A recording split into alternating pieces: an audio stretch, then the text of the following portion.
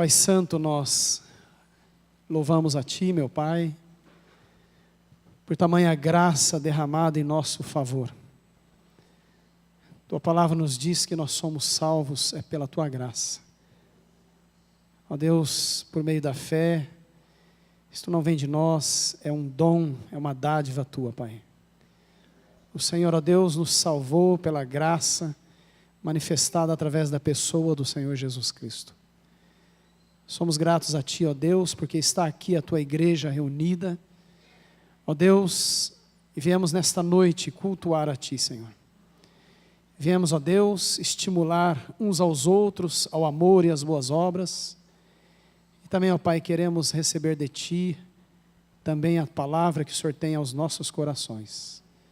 Pelo mover do Teu Espírito, ó Pai, eu lhe peço, Senhor, que o Senhor abra o nosso entendimento. Que esta palavra, ó Deus, venha, Senhor, aos nossos corações de maneira simples, que haja entendimento e que a Tua igreja seja edificada, Senhor. E que todo o intento do inimigo, todos os dardos inflamados do inimigo para tentar impedir, para que nós ouçamos a Tua palavra, eu lhe peço, ó Pai, que o Senhor repreenda em nome de Jesus. E que nós tenhamos, ó Pai, livre curso para podermos ouvir a Tua palavra. Eu oro em nome de Jesus. Amém. Amados, vamos abrir a palavra de Deus no livro de Eclesiastes. Eclesiastes, capítulo 3. Nós vamos ler aqui versículo de 1 a 8, depois vamos ler o versículo 11, o 14 e por fim o versículo 17. Eclesiastes capítulo 3. Vamos começar lendo aqui de 1 a 8.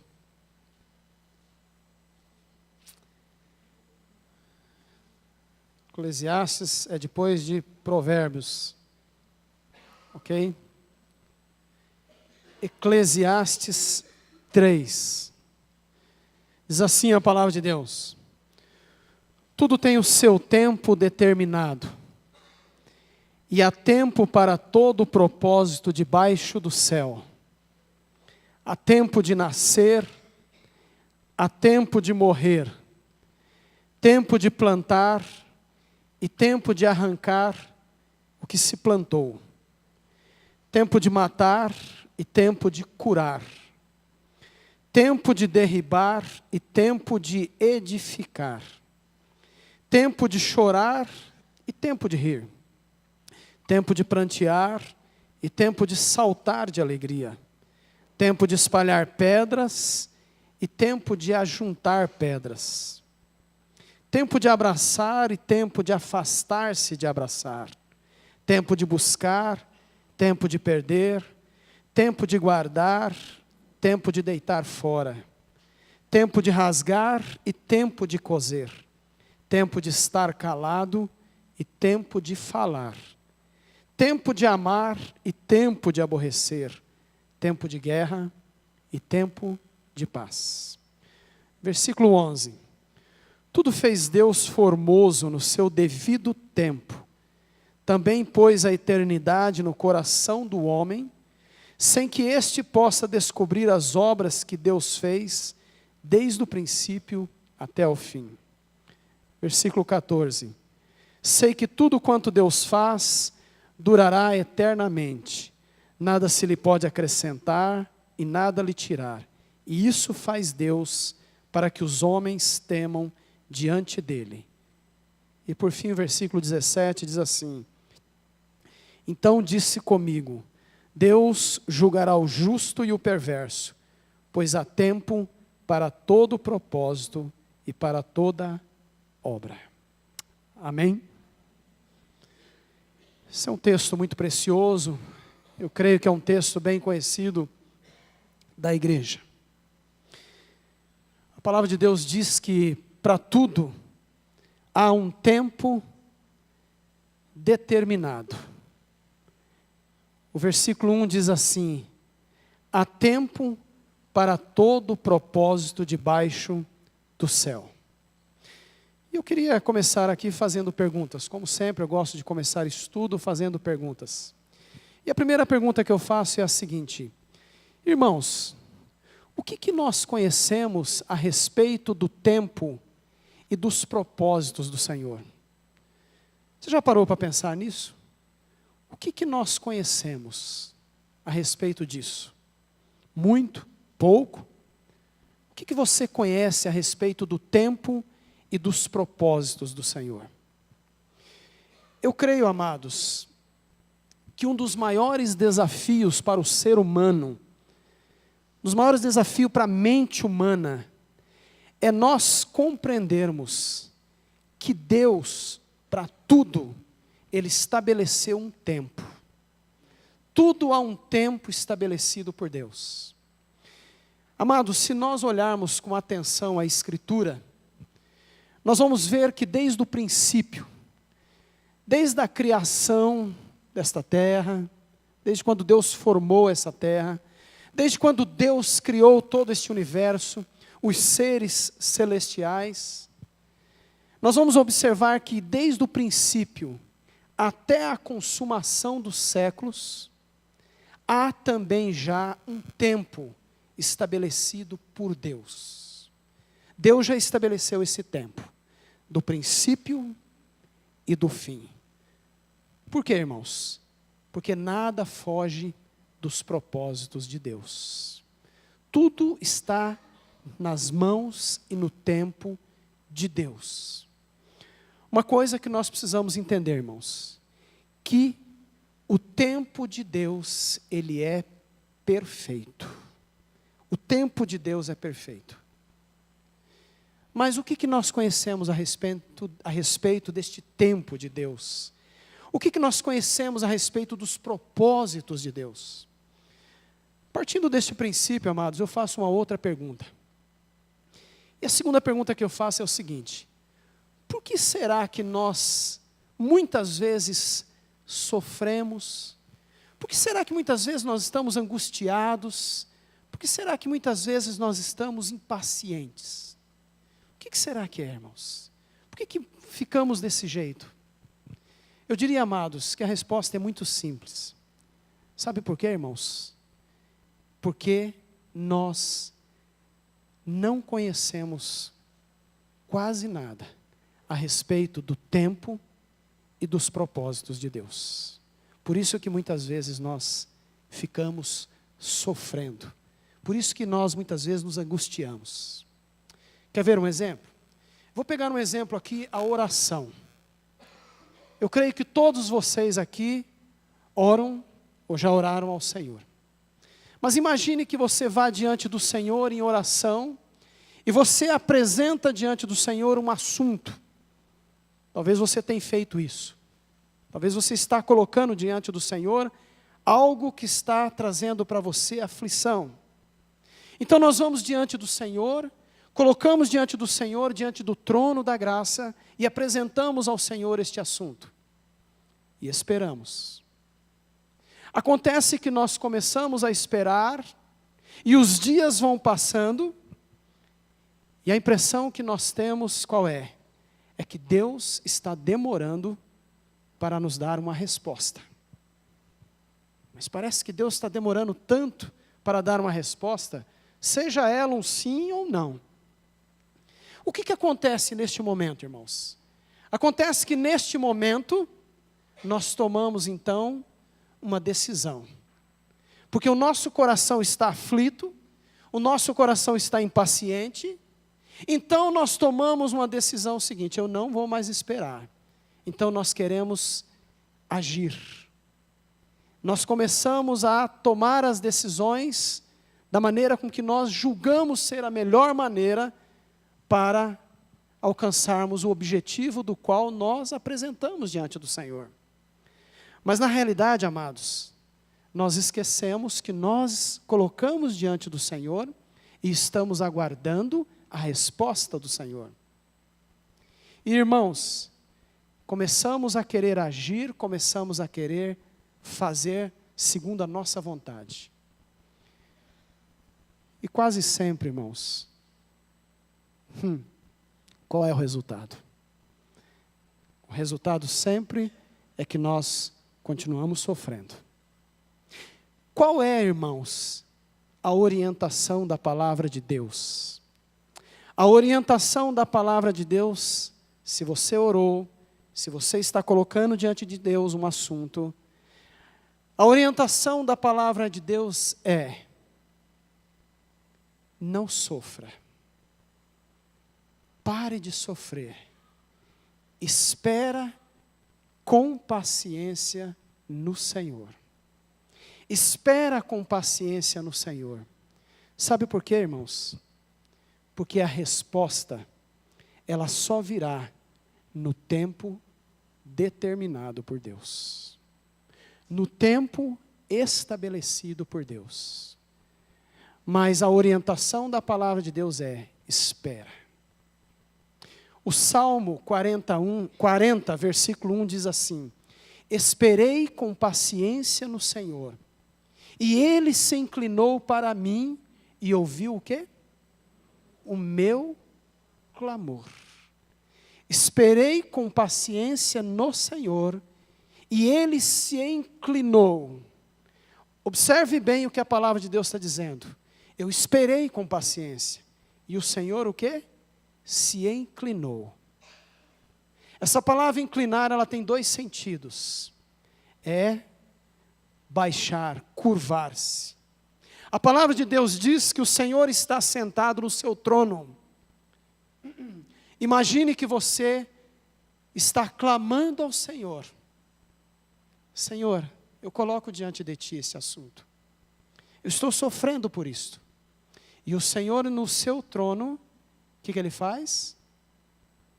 Ele se inclina para ouvir o teu clamor. Essa é uma das posições dessa palavra. A outra posição dessa palavra é: o Senhor se mostra favorável. Então eu esperei com paciência no Senhor, e Ele se inclinou para mim e ouviu o quê? O meu clamor. O Salmos 42, versículo 5, diz assim a palavra de Deus, também a respeito de esperar no Senhor. Salmos 42, versículo 5.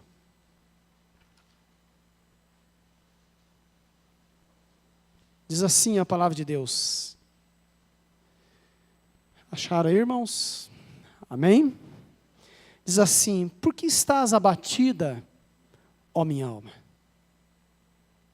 Por que te perturbas dentro de mim? Espera em Deus, pois ainda o louvarei a Ele, meu auxílio e Deus meu. Você crê nisso? Por que estás abatida, ó minha alma? Por que te perturbas dentro de mim? A ordem da palavra de Deus é: espera no Senhor. Espera no Senhor. Volto a repetir o texto de Salmos 41. Esperei com paciência no Senhor, e Ele se inclinou para mim e ouviu o meu clamor. Tudo, irmãos, dentro do tempo estabelecido por Deus. O que nós lemos em Eclesiastes capítulo 3? Onde a palavra de Deus diz que para todas as coisas há um tempo determinado. Há um propósito em tudo isso, irmãos. Agora eu queria que você entendesse uma coisa. E eu sei que você já sabe disso. Eu só estou lhe fazendo lembrar. A Bíblia, irmãos, ela é muito clara em nos mostrar que os pensamentos do Senhor, os caminhos do Senhor e, consequentemente, o seu tempo é diferente do nosso. Lembram que está escrito em Isaías capítulo 55? Vamos lá no texto. Isaías 55, só ir um pouquinho para frente aí. Olha o que diz o versículo 8 e o versículo 9.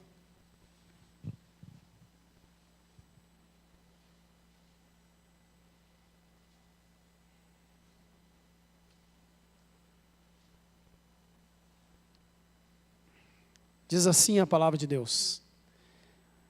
Olha a clareza da palavra de Deus. A palavra de Deus diz assim no versículo 8 e 9. Porque os meus pensamentos não são o quê? Os vossos pensamentos. Nem os vossos caminhos, o quê? Os meus caminhos, diz o Senhor.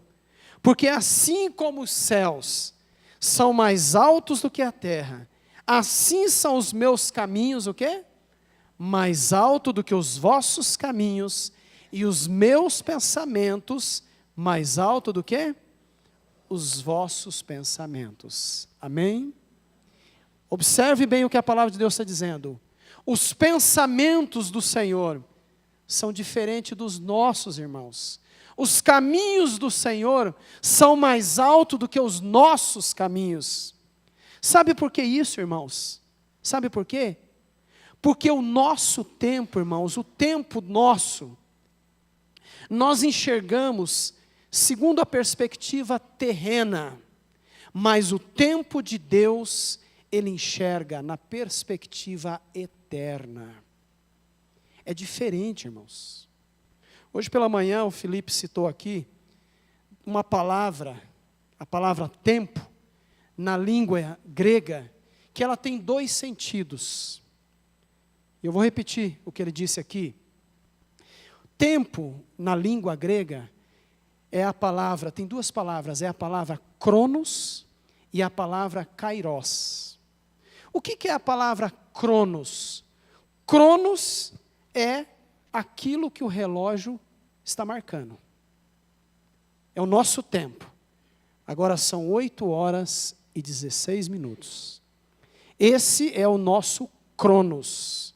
Daí que vem a palavra cronômetro. O cronômetro está marcando minutos, segundos, milésimo de segundos, não é assim? Então, tempo, existe esse tempo que é o cronos.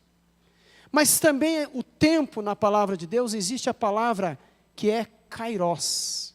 O que é o kairos? O kairos, amados, é o quê? O tempo de Deus. O kairos é o tempo de Deus. E esse tempo de Deus, irmãos, só Ele conhece. Só Ele conhece. Agora eu vou perguntar mais uma vez aqui para você. Sabe por que muitas vezes nós sofremos, amados? Sabe por quê? Porque nós queremos juntar o cronos com o kairos e acharmos que é a mesma coisa. Nós achamos que é a mesma coisa, o cronos e o kairos. Nós achamos que o tempo que nós estamos aqui é a mesma coisa do tempo kairos, que é o tempo de Deus. Não, irmãos. Guarde bem isso. Cronos é o nosso relógio. Kairos é o tempo de Deus. E eu quero dizer uma coisa para vocês com toda segurança. Deus não erra na sua hora. Não erra. É o tempo exato. Nós sofremos porque nós queremos atropelar o kairos de Deus. Nós sofremos porque nós vivemos na perspectiva terrena. Mas se nós formos para a palavra de Deus, irmãos, nós vamos descansar no kairos de Deus, no tempo de Deus. Deixa eu abrir um leque aqui. Vou fazer uma pergunta aqui. Gosto de fazer pergunta. Nos núcleos eu vivo fazendo perguntas, né? O pessoal até vai fora, né? Você está cansado? Você está afadigado? Como é que você está? Está muito cansado? Irmãos, eu vou dizer uma coisa para vocês. Uma das palavras que nós mais ouvimos nos dias de hoje é a palavra: eu estou cansado. Estou cansado. No trabalho a gente escuta isso. Na família a gente escuta isso. Eu não estou na faculdade, mas eu imagino que na faculdade, principalmente no último ano, né, que tem que apresentar o TCC, aí estou cansado. Segundo a OMS é a Organização Mundial da Saúde. Ela diz o seguinte, que o mundo está cansado. Ela diz que o mundo está afadigado. Eu vou dizer uma coisa para os irmãos, talvez seja por isso a causa de tantas doenças. Talvez seja isso o motivo de tantas doenças, sejam elas físicas, emocionais. Eu li essa semana uma reportagem dizendo o seguinte, que mais de 25% dos jovens japoneses não sabem o que é felicidade. Eles não sabem o que é felicidade. E foram descobrir por que eles não sabem o que é felicidade. E diz lá que a geração milênio, que é a geração dos 20 aos 30 anos, é uma geração que foi inculcada a cultura de que tem que trabalhar, tem que trabalhar, tem que trabalhar. E as pessoas falam, felicidade é trabalhar, trabalhar.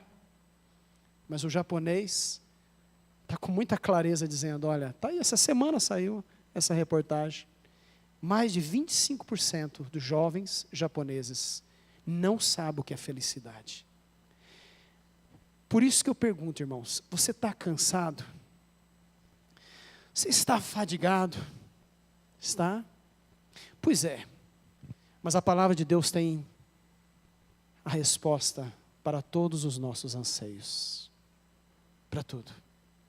A palavra de Deus diz em Filipenses, capítulo 4, o versículo 6 e 7, nós temos aqui uma palavra muito preciosa. Filipenses 4, 6 e 7. Amém, irmãos? Acharam aí? Diz assim a palavra de Deus, versículo 6. Não andeis ansiosos de coisa alguma. Em tudo, porém, sejam conhecidas diante de Deus as vossas petições, pela oração e pela súplica com ações de graça. E a paz de Deus, que excede todo entendimento, guardará o vosso coração e os vossos sentimentos em Cristo Jesus. Amém? Que texto precioso. Olha a orientação, irmãos. A orientação é, não andeis ansiosos por coisa alguma. Você está cansado?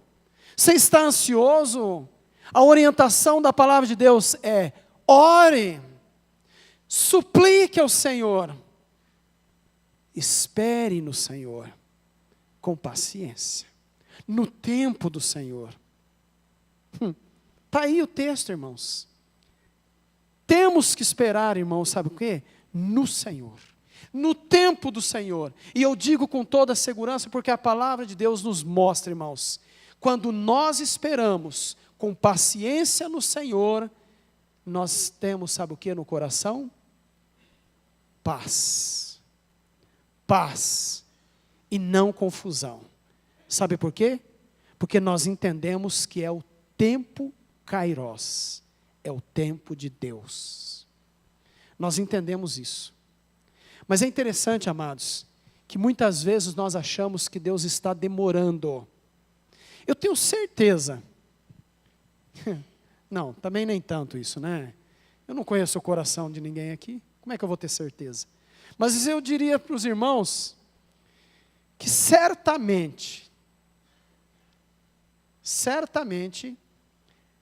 alguns de vocês estão orando a Deus e estão achando que Deus está demorando a dar a resposta. Eu já não estou mais aguentando. Pastor, eu já não aguento mais esperar essa situação, pastor. O que eu faço, pastor? Eu já estou no meu limite. Parece que Deus está em silêncio. Parece que Deus não ouve. Eu tenho falado ao Senhor. Certamente alguém aqui dentro está nessa situação. achando que Deus está em silêncio.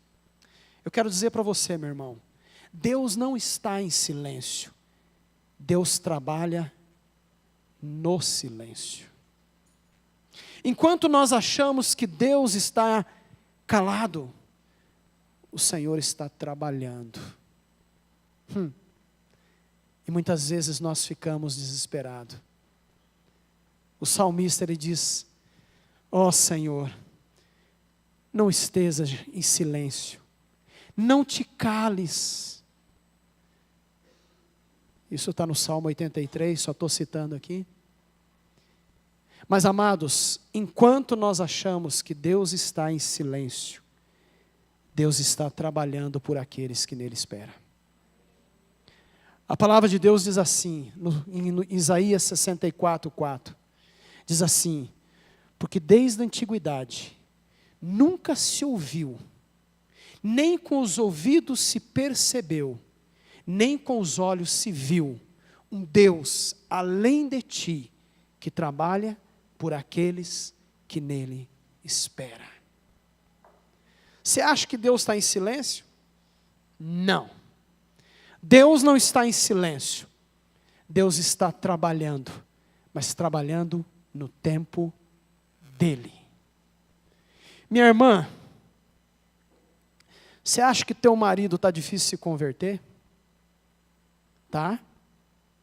Continue vivendo a vida de Cristo. Porque no Kairós de Deus, ele se dobrará ao Senhor. A Bíblia fala que pelo teu testemunho, pelo seu testemunho. Marido, a sua esposa está negando ao Senhor, continue esperando no Senhor. Aguarde, porque o Senhor está trabalhando no tempo dele. Mas não desanima não.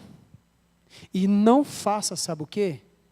Não queira agir com as suas mãos. Porque quando nós começamos a agir com as nossas mãos, aí a coisa fica complicada, Júnior. Aí a coisa complica. Mas a palavra de Deus fala: espere com paciência no Senhor, que Ele vai se inclinar e ouvir o teu clamor. É interessante, irmãos, que para se cumprir uma das profecias da palavra de Deus, que está no Salmo 22, até Jesus teve que experimentar o Kairós de Deus. Sabia disso? Para que se cumprisse a profecia que está no Salmo 22, até Jesus Cristo teve que esperar o tempo de Deus. Você vai falar onde está escrito isso? Sabe onde está escrito isso? Abra aí em Marcos, capítulo 15, o versículo 33 e o versículo 34. Olha o que diz a palavra de Deus. Marcos, capítulo 15, versículo 33 e 34. Diz assim a palavra de Deus. Amém, irmãos? Acharam aí? Chegado a hora sexta, houve trevas sobre a terra até a hora nona. A hora nona, clamou Jesus em alta voz, dizendo: Eloi, Eloi, lama sabachthani. Que quer dizer: Deus meu, por que me desamparastes? Até Jesus, irmãos, a impressão que nós temos aqui, sabe qual é? É que no momento mais difícil da vida do nosso Senhor Jesus Cristo, a impressão que nós temos é o quê? Que o Senhor silenciou. A Bíblia fala que foi da hora sexta até a hora nona que houve trevas sobre a terra. A hora sexta era meio-dia, a hora nona às 15 horas. 3 horas, escuridão. Jesus ali naquela cruz, Certamente ele estava num dos seus momentos mais angustiantes, ao ponto que ele diz assim: Eloi, Eloi, lama sabachthani. Deus meu, por que me desamparastes? Mas sabe por quê, irmãos? Sabe por quê que Jesus teve que passar por esse tempo kairós de Deus? Porque a profecia do Salmo 22 deveria ser cumprida. Porque no Salmo 22 havia uma profecia a respeito de Cristo, de que chegaria este momento em que diria: Deus meu, por que me desamparaste? Mas irmãos, Deus não estava em silêncio. O Senhor estava fazendo o que, irmãos? O Senhor estava trabalhando. Você talvez está achando que Deus está em silêncio no seu problema. Você talvez está achando que Deus não está ouvindo a tua oração. Você talvez está achando que Deus lhe abandonou. Eu quero dizer para você, meu irmão, não se desespere. Deus está em silêncio, trabalhando a tua causa. Ele está trabalhando. Oh, amados, como é gostoso experimentar o silêncio de Deus. Você vai falar: você está doido? Isso é uma utopia. Você falar que é gostoso experimentar o silêncio de Deus? Dói. Dói. É complicado. Sabe por que é gostoso, irmãos? Porque a gente sabe muito bem que no final será glorioso. No final o Senhor pode ter certeza que o Senhor tem a resposta que Ele quer dar. Não aquilo que nós queremos, mas sim a resposta do Senhor. Como é que o Senhor trabalha no seu tempo? Como é que Deus trabalha no seu tempo? Se nós olharmos para a palavra de Deus, irmãos, nós vamos ver que Deus trabalha de várias maneiras. Mas eu quero destacar aqui apenas 2 pontos, como que Deus trabalha no seu tempo em relação a nós, os seus escolhidos. Sabe como que Deus trabalha? Primeiro ponto, guarde bem isso, irmãos. Deus não tem pressa. A pressa é nossa. Deus não tem pressa, irmão. A pressa é nossa. Guarde bem isso. Você quer ver um exemplo disso? Abra lá em João, capítulo 11. Nós vamos ler aqui, do versículo 1 ao versículo 6. Esse versículo fala, esse texto aqui, até o versículo 46, fala a respeito de uma família, a família de Lázaro, suas irmãs, e fala a respeito da ressurreição de Lázaro. Olha como que Deus não tem pressa. A pressa é do homem. Vou ler aqui do versículo 1 ao versículo 6. Presta atenção. Estava enfermo Lázaro de Betânia, da aldeia de Maria, e de sua irmã Marta.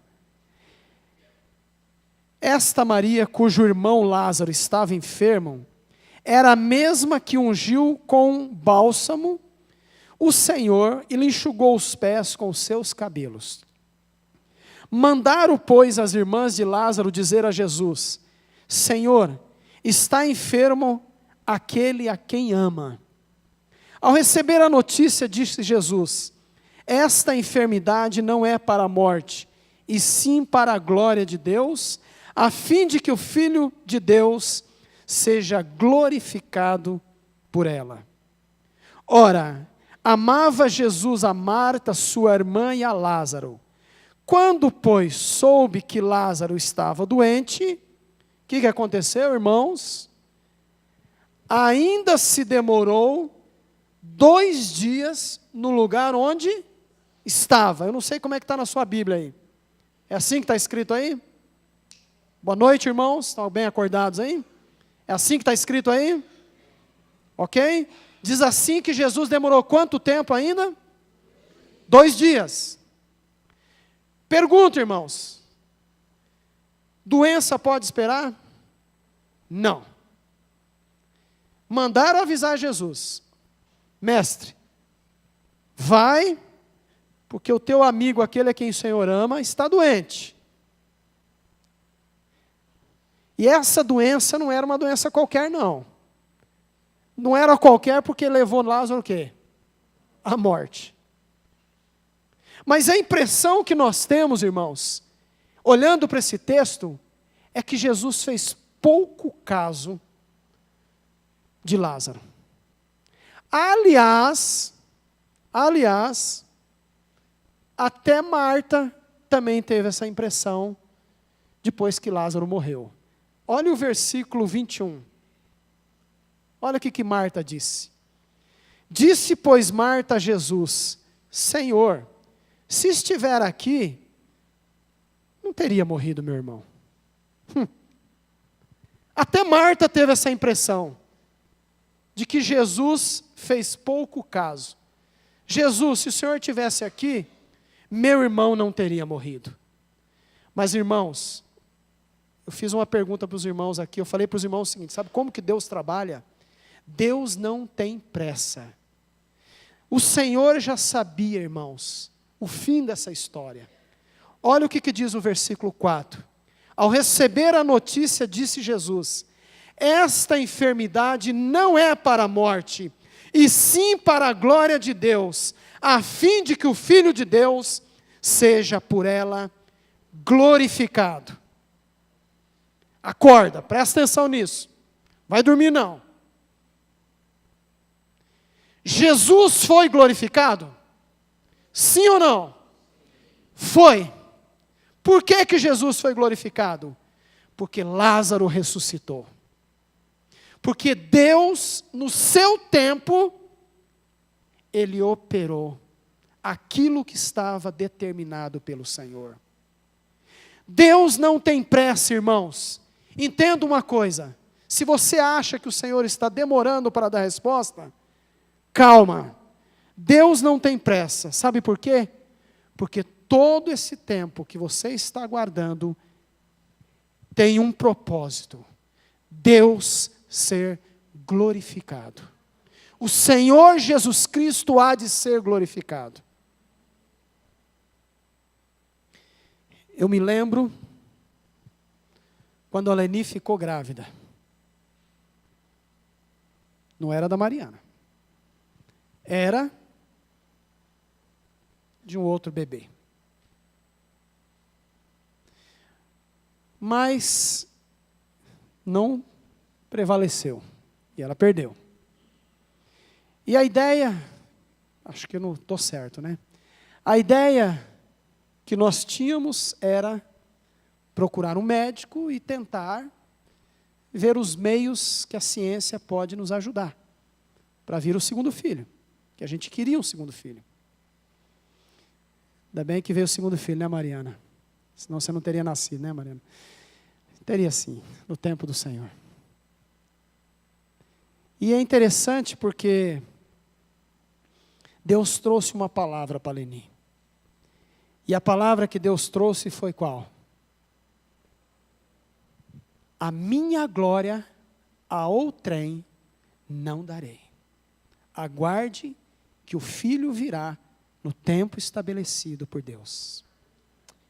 E veio aquela lindeza ali. No tempo estabelecido, você gostou, né, Eric? Mas ela é linda, né? Mas veio no tempo, irmãos. Mas a glória foi do Senhor. Do Senhor. Se o Senhor não te respondeu, irmão, é porque Ele está trabalhando para que o nome dEle seja glorificado. No tempo dEle. Como é que Deus trabalha? Deus não tem pressa. A pressa é minha. A pressa é sua. E eu disse que Deus tem várias maneiras de trabalhar. Mas o segundo exemplo que eu dou aqui, à luz da palavra de Deus, Deus tem várias maneiras. Mas o segundo exemplo que eu falo, irmãos, é que Deus tem um tempo pedagógico. Um tempo pedagógico. Se você acha que está demorando muito a resposta do Senhor, entenda o seguinte: o Senhor quer lhe ensinar algo. O Senhor quer trabalhar a sua vida. E eu quero aqui citar 2 exemplos, poderíamos citar vários exemplos, mas apenas 2 exemplos eu quero citar, que é um exemplo muito conhecido do nosso meio, aliás, nós até citamos ali na reunião dos homens. Eu quero citar aqui 2 exemplos. O primeiro exemplo de como Deus trabalhou um tempo pedagógico foi na vida de Abraão. Você sabe quantos anos tinha Abraão quando Deus disse a ele que lhe daria um filho? Abraão tinha 75 anos. A sua esposa tinha 65 anos. Deus deu uma promessa. Sabe quanto tempo foi o trabalhar de Deus na vida de Abraão? Foram 25 anos. A palavra de Deus fala em Gênesis 21:5. Tinha Abraão 100 anos quando lhe nasceu Isaque, o seu filho.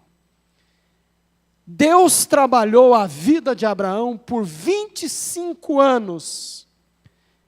Deus trabalhou o caráter, a vida. E vocês lembram o que aconteceu nesse período de 25 anos?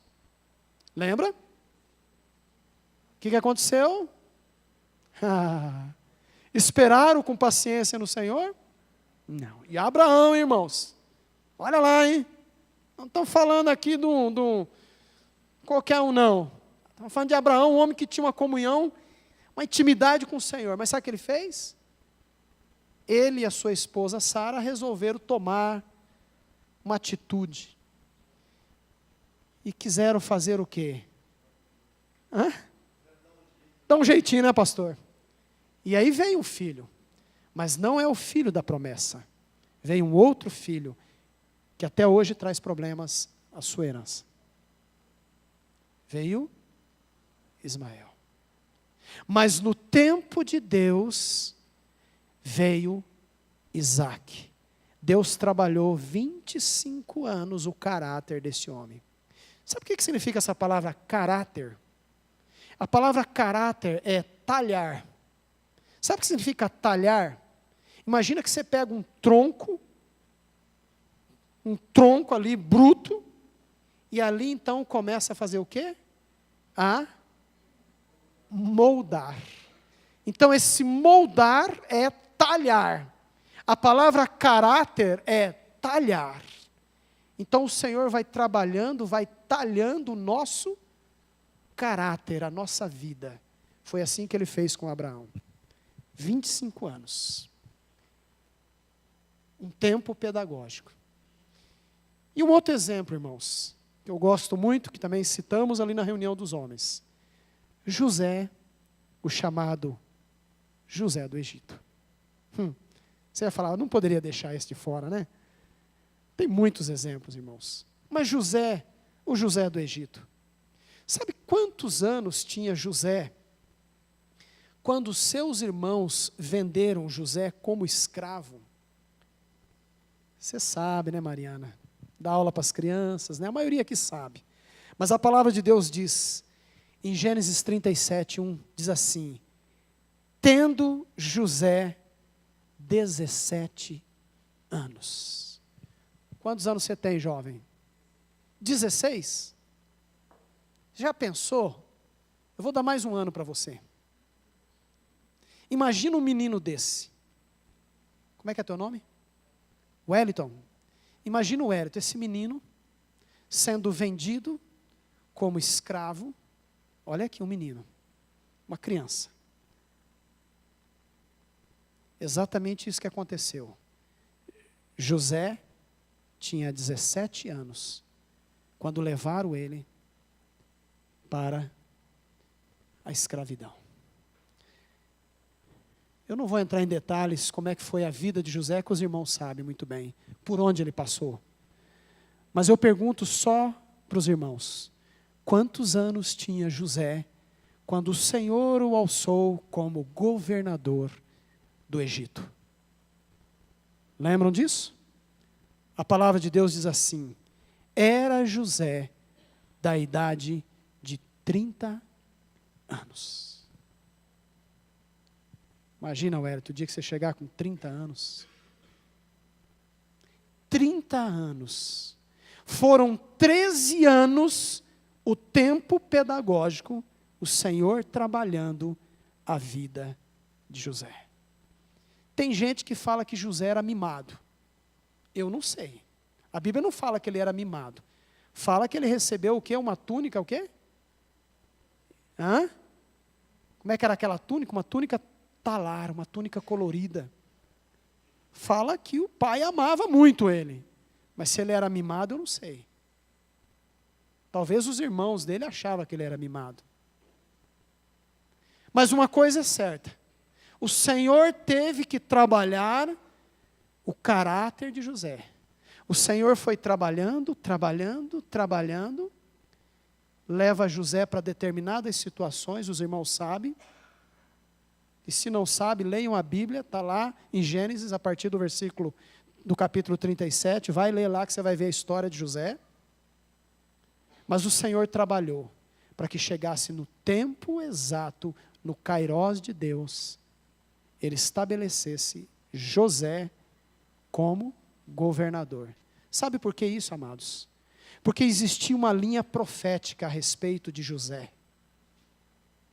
O Senhor precisava estabelecer José como governador do Egito, para cumprir a sua palavra, que havia uma extensão do povo de Deus, da promessa que ele tinha dado lá atrás. E amados, eu quero encerrar aqui, são 8:45. Eu quero dizer para você o seguinte, meu irmão. Se você está sofrendo, se você está passando por adversidade, se você está cansado, dobre-se diante do Senhor. Clame ao Senhor. Espere no Senhor. Entenda uma coisa, que Deus tem um tempo determinado. E há tempo para todo propósito debaixo do céu. Mas nunca esqueça, irmãos, que nesse tempo, tudo tem um propósito. A glória de Deus. Deus ser glorificado. Amém?